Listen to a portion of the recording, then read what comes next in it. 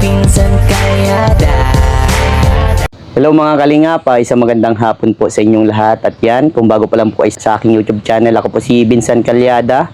Paki-like and share po nitong video ito para mapalawak pa po natin ang pagtulong po sa mga taong nangangailangan. At huwag niyo pong kalimutan na pindutin po notification bell para lagi po kayong updated po sa aking mga bagong upload. At please po don't skip ads kasi malaking bagay yan sa pantulong po natin sa mga taong nangangailangan. So ngayon mga kalingap ay nandito tayo kay Tatay Rizan at meron po tayong mga itatanong. At alamin po natin ang kanyang mga kasagutan. Tara po. So ayan mga kalingap, at kasama na po natin si Tatay Rizan at kagigising lang. So ayan Tatay Rizan, kamusta po? Okay lang, laging okay lang tayo. Laging okay lang. Oo. So parang yung kalungkutan na nangyari po sa iyo. 'Di ba? Sabi mo po, yung mga anak mo pumapasok na kasi pasokan niya yun ngayong araw. Solo ka lang po sa banyo, kasama niyo si si manugang niyo po. Ay, biyanan pala. Biyanan. Oo. Tapos si Lola, kasama niya din. Kaya lang nagkakwentuhan dito. Ano tatay sa pakiramdam yung ganun, parang hindi masaya pag hindi sama-sama? Ano lang? Siyempre, hindi mo maiwasan talaga yun. Opo. Pag gabi pa, nagkumpleto man kami dito. Opo. Kasi priority nila makapagtapos kasi ng pag-aaral, di ba? Iba naman yung talagang magkakaralayo kayo na. Opo. Talagang, ibang-iba ngayon kisa noon na ako lang talaga mag-isa dito. Pag wala na yung mga anak ko, nagpapasok ka na. Wala na akong kasama dito. Opo. So ayan, Tatay Rizan, may tanong ako. Ready ka na po ba? Ito po yung mga simpleng katanungan lang na dito po namin malalaman kung gaano ka po strong na tatay. Tay, may tanong ako. Ano po ba ang kinakatakot mo sa buhay niyo po? Sa buhay ko o sa buhay? Buhay mo muna, sa iyo muna po. Yung mawala kagad ako sa mundo na hindi ko alam kung anong mangyayari doon sa mga anak ko. Yan ang kinakatakot ko na ano. Yan ang kinakatakot. Oo. Kasi hindi ko malalaman na kung ano na nangyayari sa kanila. Okay. Siguro kahit sino naman po na Oo. kapag nawala sa mundo, ganun pa rin yung makapipil, nakakatakot kasi di mo makikita yung kung ano nangyayari sa pamilya mo. Tama po kayo doon. Oo. So, ito naman tayo. Ano po yung kinakatakot mo sa pamilya niyo po na mangyari? Yung may masamang mangyari sa mga anak ko. Wala ako na, halimbawa na nag-alis ako. Opo. Pagdating ko ay mayroong problema yung mga anak ko. Yun ang ayaw na ayaw kong mangyari sa kanila. Kaya lagi akong pinagdadasal na pag maalis ako na malayo sila sa akin. Lagi ko pinagdadasal na sana ligtas lagi yung mga anak ko. Kaya sila mama, ligtas sila. Pagbalik ko sana, ganun pa din, dati lang. Kaya ayaw ko talaga sa kanila, yung mapapahamak sila. Ayaw ko. Saka pati di ko malalaman kung anong gagawin ko sarili ko pag may nangyari dyan sa mga anak ko. So, parang maano ka tayo, yung parang Oo, yung binabas na lang nga yung anak ko, talagang ano ako. pressure na galit, siyempre nandun na paano. Hindi mo maalis sa isip ko na, pag nakita ko yan, titirahin ko talaga yan. Ano po? Kasi noon, nung binata pa ako, sabi ko sa sarili ko talaga noon na Opo. uulitin ko na naman yung sinasabi ko na pagka nagkapamilya ko, mamahalin ko yung pamilya ko. Opo. Kung may sakaling may magkakagusto sa akin. Kaya ganyan ako. Kaya pinag-iingatan ko yung mga anak ko yan. Kaya tulad ngayon, wala na yung mama nila. Opo. Kaya yun lang, yung ano ko. Kaya yun ang ano ko para sa mga anak ko. Opo. So, ayan tay, at least nasagot mo na yun. Yun ang kinakatakot mo na baka may mangyari sa ano mo. Parang wala ka nung bago may mangyari. Siyempre kahit sino naman, pag gano'n na nangyari, mababaliw, matutroma, kahit anong mangyayari. So, maraming papasok sa kaisipan ano po, na pwedeng gumawa ka ng hindi maganda rin. Yeah. So, ito tayo, next question. Gaano po ba katapang si Tatay Rizan? Hindi totally matapang na makipag-away po. Ano yung parang pakikibaka po sa hamon ng buhay. Gano'n niya nilalampasan yung mga ganong sitwasyon po sa buhay? Ano na lang, yung sa akin, yung tulad nung mawala yung asawa ko. Opo. Pinanghinaan ako masyado. Parang nawalan ako ng pag-asa talaga na tulad nung mga ilang araw na nailibing yung asawa ko na tulog na yung mga anak ko, gising pa ako. Daw talaga nakakatulog. Pumapasok sa isip ko, ano kaya ako kung purukpukin ko na yung ulo ng mga anak ko, tapos magbikti din ako. Ganun tayo, pumasok yun sa, Oo. grabe. Kasi nawalan ako ng pag-asa noon na sabi Parang ko, pinanghinaan ka na po ng loob na Kasi- buhayin sila, ganun. sabi ko sa paano ko na palalaking yung mga anak ko yan, pakakainin. Kasi pag maalis ako dito, minsan ginagabi ako mauwi, mga alas 7, bago makauwi. Sila lang dito. Parang dumaan ka tatay nung time na mawala po yung misis mo, dumaan ka sa depression. Oo. Tapos ang naisip mo, parang anihin mo na yung mga anak mo, parang bungoyin, parang yung papunta na sa wala. Oo. Parang Walain ko na mamatay. sila talaga. Walain na sa mundong ibabaw. Mapakawala din ako. Yung parang ikaw din give up ka na, wala ka na din. ang ginawa ko noon, naglabas na lang ako. Opo. Punta ko dyan sa labas na para pahangin ako. Opo. Para malabanan ko lang yung iniisip kong hindi maganda. Opo. Para sa buhay namin mag-ama. Mm. Tapos nung pagka-umaga, sinabi ko doon sa mga anak ko, "Nak, buti pa ka ako doon na lang kayo kila lola mo sa Bisaya." Ayaw man ng mga anak ko, "Pa, ayaw man namin doon, di ka namin iiwan. Opo. Dito na lang tayo pa." Sabi ko, hindi ko na alam kung anong gagawin ko na sa inyo. Huwag kang magparaisip nga ng ganyan.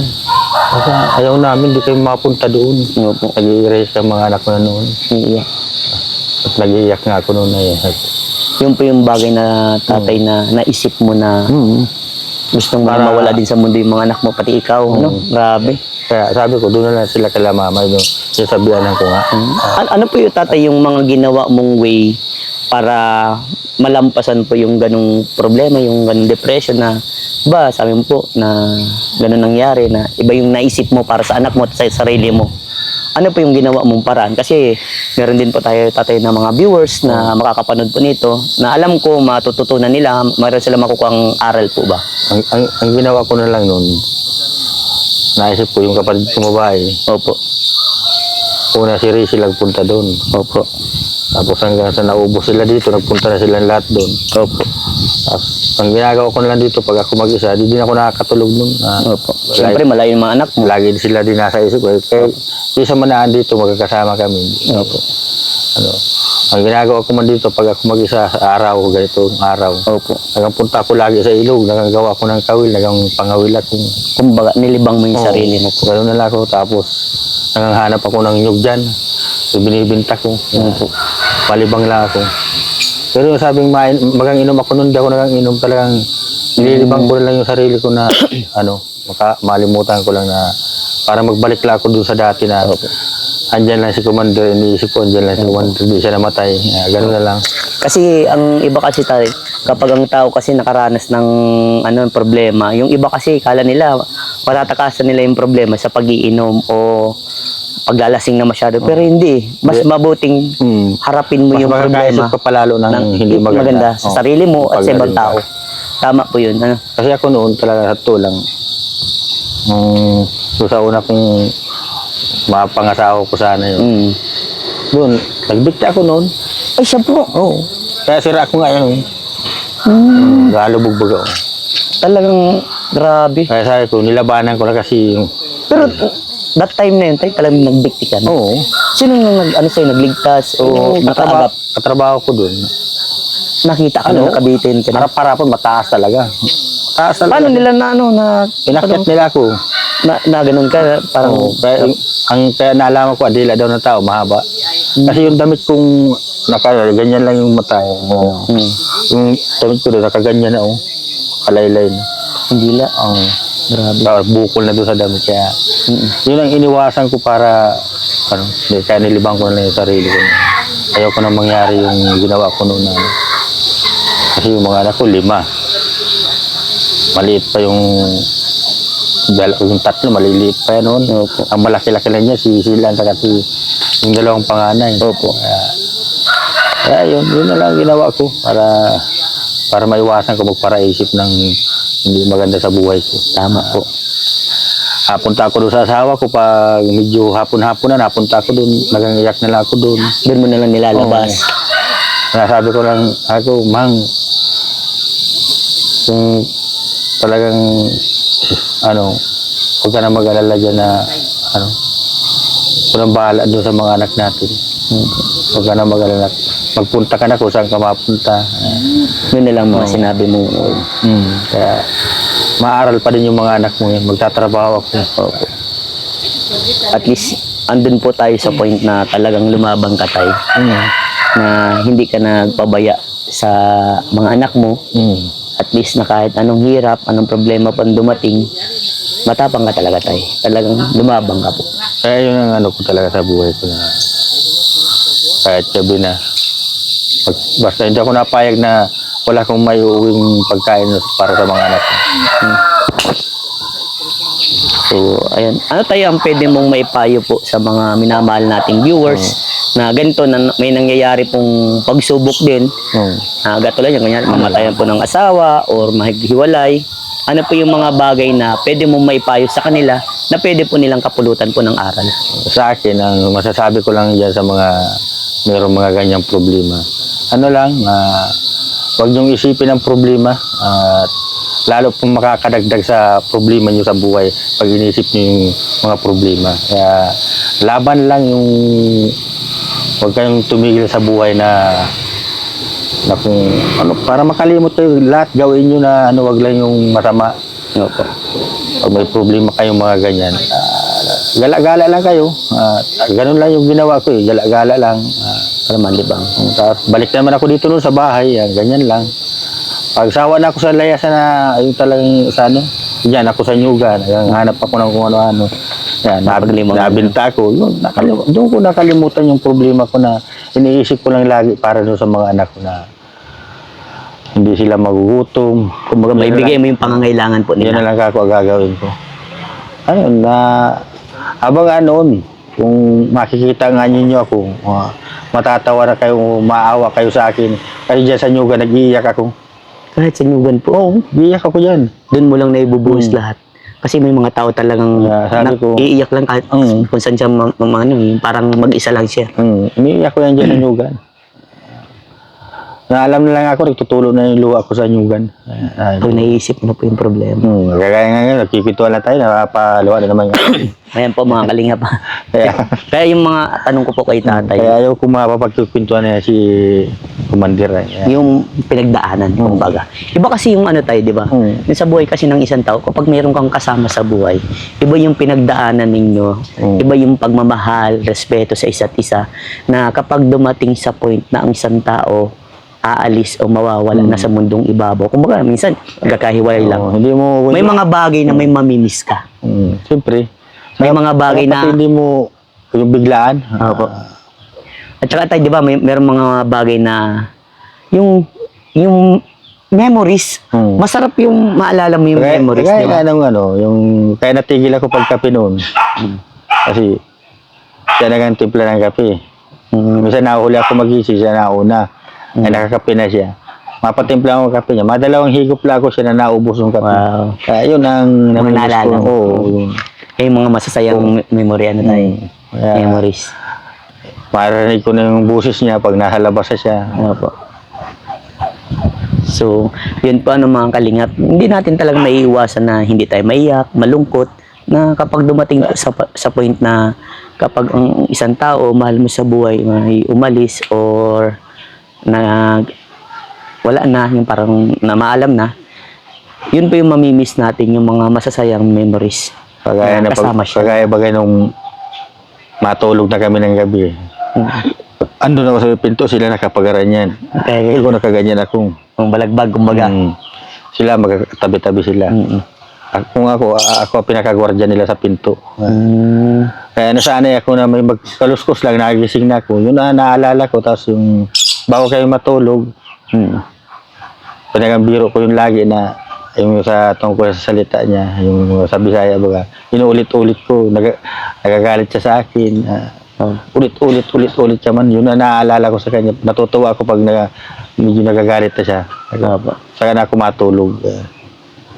Kaya yun na namimiss ko yung pag matulugan na kayong mga anak ko niya, saka yung mama niya. Kahit butas-butas yung bahay namin noon, walang pinto. Maingay kami kahit gasira lang yung ilaw namin noon. Yeah. Naalala ko yung talagang paggabi na, hanggang sa maghating gabi na. Nagkikwentuhan kami minsan sa balkon, hindi muna kami natutulog. Yan yung mga masasayang alaala na tayo. Grabe. So, ayan, by the way, salamat tayo sa mga story na binigay mo po sa akin. So, ayan, baka may maipayo ka tatay sa mga taong parang nagmahal na, tapos iniwan ng asawa. Ano yung magandang payo mo doon? Basta wag lang kayong tumigil magmahal kung may mamahalin kayo. Wag niyong hayaan na masira ang buhay niyo ng dahil sa pagmamahal. Dapat yung iba din tayo, wag sayangin nila yung pagmamahal ng isang tao. Yung mga iba naman dyan, kung ayaw nyo sa isang tao, huwag nyong pasahin. Kasi mas maganda yung nagmamahal ka sa kapwa mo na yung mga nagmamahalan dyan, mga boyfriend, girlfriend dyan, huwag kayong ganyan. Dapat pati, ingatan mo yung taong nagmamahal sa'yo. Dahil kapag yung tao na yan nawala, o kaya umalis, hanapin. Kasi masabi yan, sayang. Andun ko na pala nakita yung pagmamahal. Yung dapat kong makita na makakasama ko habang buhay. Nawala pa.